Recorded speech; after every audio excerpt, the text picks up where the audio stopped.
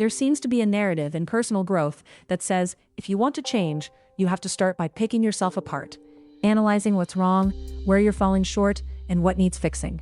It sounds productive, but actually, it creates a kind of internal tension where growth is driven by pressure instead of clarity, and the mind you're trying to upgrade starts to feel like something you're constantly working against.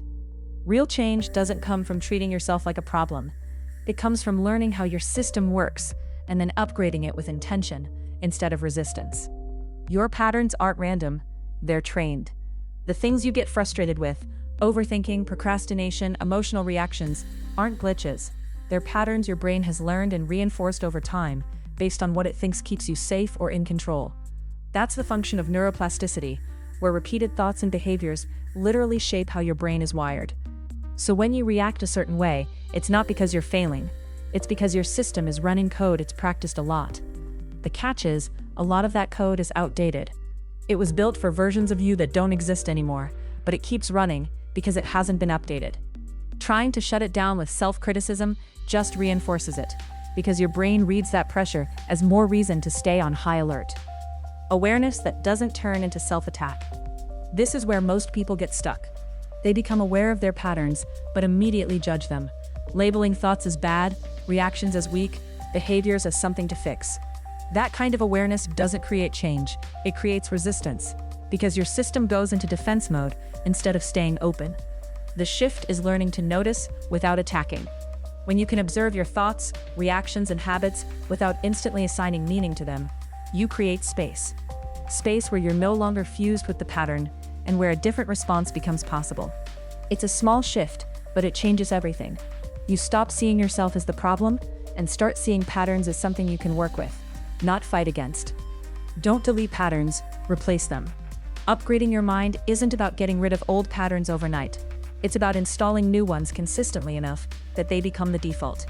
That's how neuroplasticity actually works. What you repeat gets stronger.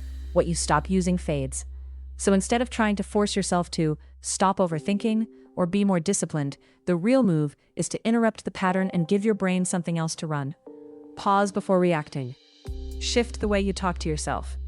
Choose a different action, even if it feels unfamiliar, just consistently enough that your system starts to recognize a new normal. That's how upgrades stick. Work with yourself, not against yourself. The version of you that hesitates, avoids, or reacts quickly isn't the enemy. It's a part of your system that learned how to operate under certain conditions and just hasn't caught up yet. When you fight those parts, you create more internal friction. When you understand them, you create the opportunity to actually shift them.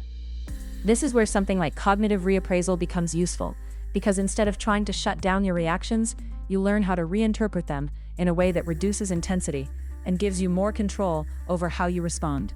You're not trying to silence your system. You're teaching it to operate differently, becoming more you. There's a version of self-development that feels like constant pressure to improve, where it never quite feels like you're enough as you are.